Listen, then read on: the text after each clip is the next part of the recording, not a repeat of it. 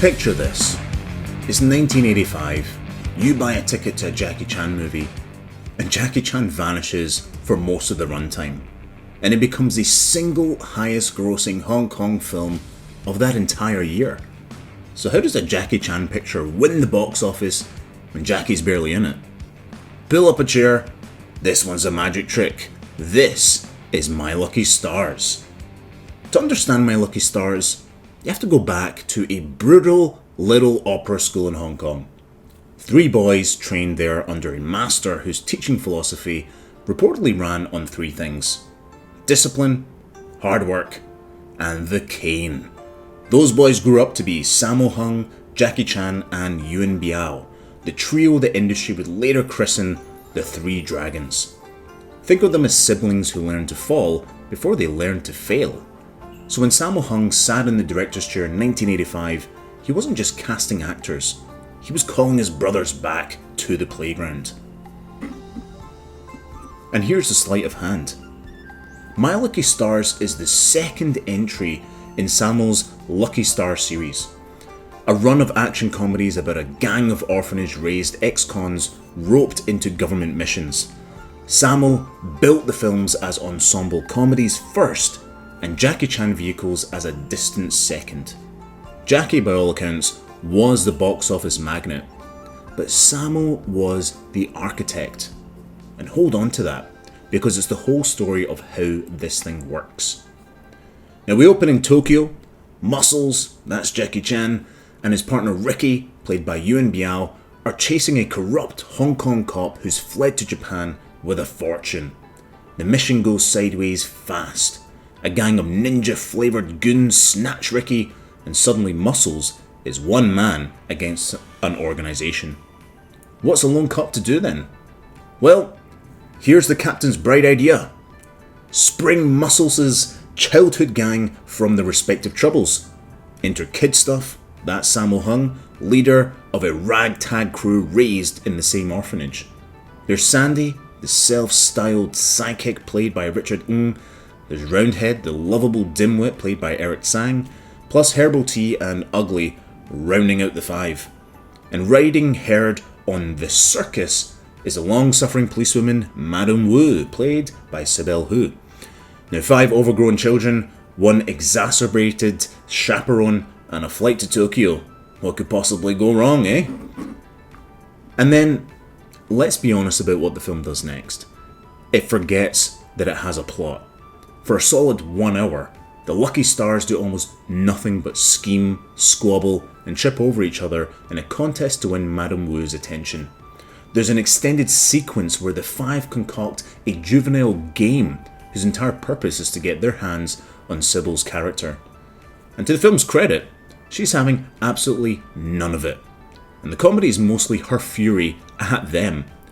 And Richard Ng reading minds, Eric Tsang mugging for his life. It's a slapstick free-for-all that has wandered in from a completely different movie.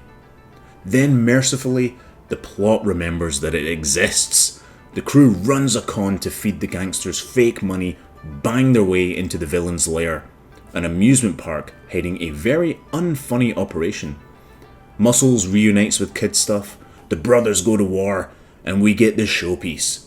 A haunted house finale where Jackie fights through a funhouse of horrors and a genuinely great brawl between Sybil Hu and a Japanese fighter played by Michiko Nishiwaki. The bad guys fall, Ricky's freed, and the Lucky Stars, they get their reward. A home back in Hong Kong. Roll the credits. And if you caught the Japanese cut, the cast actually reportedly sends you off by mooning the camera. Classy stuff. So here's my honest take. And it comes with the usual reminder that, well, every rose does have its thorns. And My Lucky Stars, well, there's a razor-sharp martial arts movie hiding inside a rowdy, knockabout sex comedy. And depending on which half you came for, this is either a feast or a long wait between the different courses. And let me start with the thorns here because it's a big one. The middle hour, the win the girl hijinks, are juvenile, the pacing sags, and a lot of the comedy is built on the gang harassing the one competent woman in the room. It plays as broad farce of its era, but for a modern viewer, it's the weakest stretch by a mile. So if you've ever hit fast forward on a beloved film, this is where your thumb gets a bit twitchy, to be honest. But this is why the film endures. When My Lucky Stars decides to be an action movie, it is glorious. The opening Tokyo set piece and that haunted house finale are Sammo Hung, the director, showing off everything he learned at that opera school. Rhythm, timing, bodies in space. Jackie may only have an extended cameo, but he detonates every second he's on that screen. And here's the bit of real world drama that makes the whole thing sing. If you watch closely during Sibyl Hu's fight, well, you're seeing a debut there, because Michiko Nishiwaki was Japan's first female bodybuilding and powerlifting champion, a woman who took up the iron after her father's death and built a fitness empire in a country that wasn't ready for muscular women during that period of time.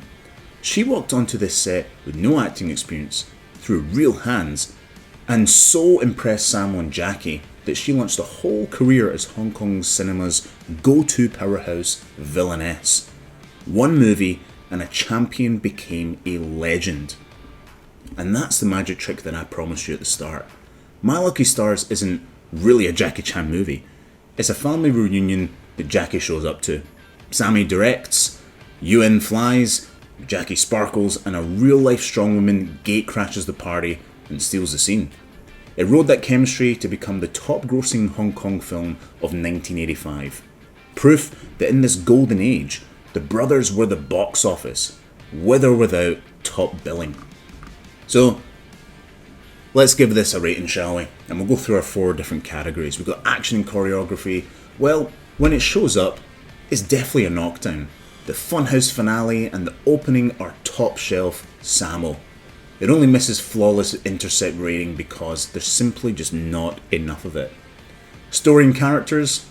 Well, this is the kind of downside here. I'd say this is probably grazed at best. The plot is a clothesline to hang gags on, and the middle hour is a real test of your patience. Star power, performance, well, that's a knockdown. Sammo carries it, Jackie electrifies in limited minutes, and Nishiwaki's debut is a genuine piece of history on the screen. Legacy and rewatchability? Connected, I think. You know, the biggest Hong Kong hit of its year in 1985 and a fan favourite, but you'll be reaching for that fast forward on rewatch, and that's what costs it here. Well, the overall verdict then? Well, I'm calling My Lucky Stars a connected rating. Not a strict average, but a judgment call.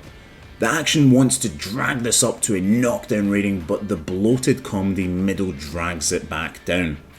It connects, it lands a real satisfying blow, but it telegraphs the punch with an hour of horseplay first. So, what are your thoughts on My Lucky Stars?